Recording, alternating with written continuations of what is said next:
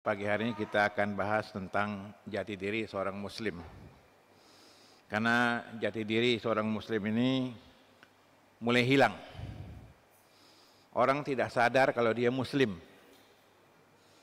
Orang nggak sadar kalau dia itu punya Tuhan, punya agama. Orang nggak sadar kalau dia itu wajib ngikutin nabinya. Ini dia yang jadi masalah. Kamu muslim loh. Kenapa begini, begitu, dan seterusnya. Konsep jati diri itu paling tidak ada 3. Kalau orang bicara jati diri. Pertama, siapa saya. Yang kedua, dari mana saya.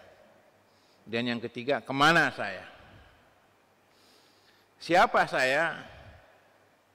Kita tahu, kita muslim. Makanya kita bahas jati diri seorang muslim. Kita orang beriman, punya pegangan Quran dan Sunnah. Ini diri kita. Esensi dari diri kita ini, seorang muslim ini dia. Paling tidak seorang muslim itu jati dirinya dilihat dari 10 macam. Ada 10 macam tentang jati diri seorang muslim. 10 poin tentang jati diri seorang muslim. Yang pertama adalah salimul akidah. Akidahnya selamat. Akidahnya bagus. Dan ini sesuai dengan hadis Nabi, kullu mauludin yuladu alal fitrah fa abawahu yuhawidani au yunasirani au yumajisani. Setiap bayi lahir dalam keadaan suci, fitrah, lurus, bersih. Ini asalnya manusia. Orang tua lah yang membentuk anak itu menjadi Majusi, menjadi Yahudi, menjadi Nasrani. Jadi pembentukan karakter akidah itu ditentukan oleh orang tua, sekolah, lingkungan. Jadi banyak orang lahir dalam kondisi muslim, begitu besar komunis, begitu besar liberalis, begitu besar Syiah, dan seterusnya. Jadi orang kehilangan jati diri. Kenapa? Dari kecil nggak diajarkan akidah. Ini yang jadi masalah sekarang ini. Orang nggak belajar akidah. Baru sekarang ini dakwah mulai marak. Anak-anak kecil itu belajar akidah. Pesantren-pesantren. Yang sudah tua-tua, terlanjur tua, dulu nggak ada pelajaran akidah. Makanya orang-orang tua yang sekarang ini sisa-sisa dia. Yang bencinya sama Islam luar biasa. Kenapa? Karena dulu nggak dapat pelajaran akidah. Jadi problem sekarang ini akidah yang mendasar. Orang mau cari akidah di mana? Dulu susah, sekarang alhamdulillah. Di sini nih di Asalam sudah banyak yang ngajar akidah, hatam, sehingga masyarakat yang ngaji di sini sudah mulai mengenal akidah Islam. Sebagian besarnya masih nggak paham. Maka jangan heran kalau orang tua yang sisa-sisa itu masih kuat membela kemusyrikan, membela ideologi-ideologi yang salah, yang kufur. Padahal dia muslim abangan.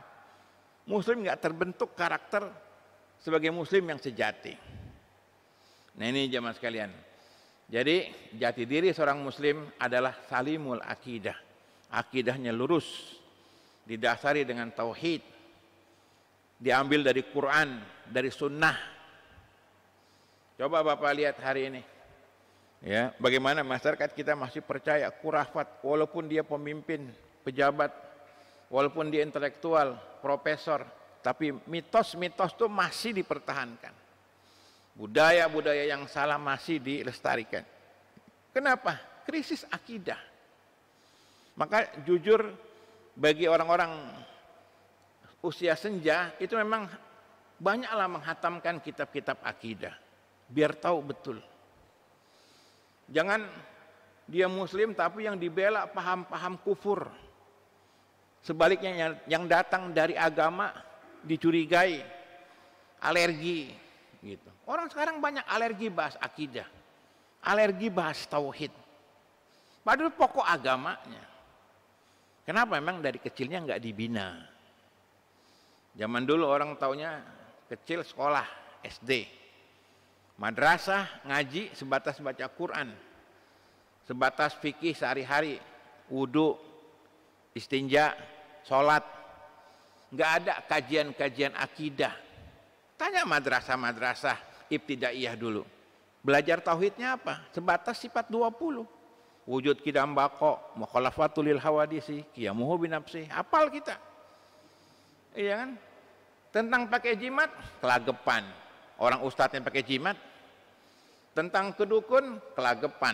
Orang ustadznya juga merangkap dukun. Iya kan? Ini gambaran bagaimana akidah masih rapuh. Mau jadi seorang muslim nggak bisa kalau akidah nggak rapuh. Akhirnya yang dia curigai agamanya sendiri. Yang dia tuduh agamanya sendiri. Allahu Akbar.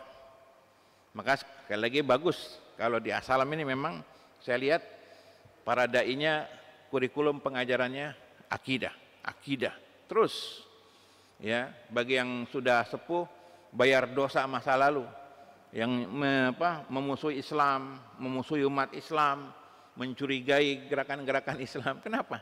Akidahnya masih kosong. Nah, sekarang nih anak-anak ini yang belajar nih pesantren-pesantren udah banyak dikasih akidah sehingga anak-anak itu bagus.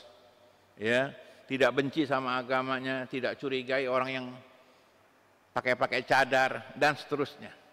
Ya, mudah-mudahan ke depan Allah berikan bimbingan bagi kita semua.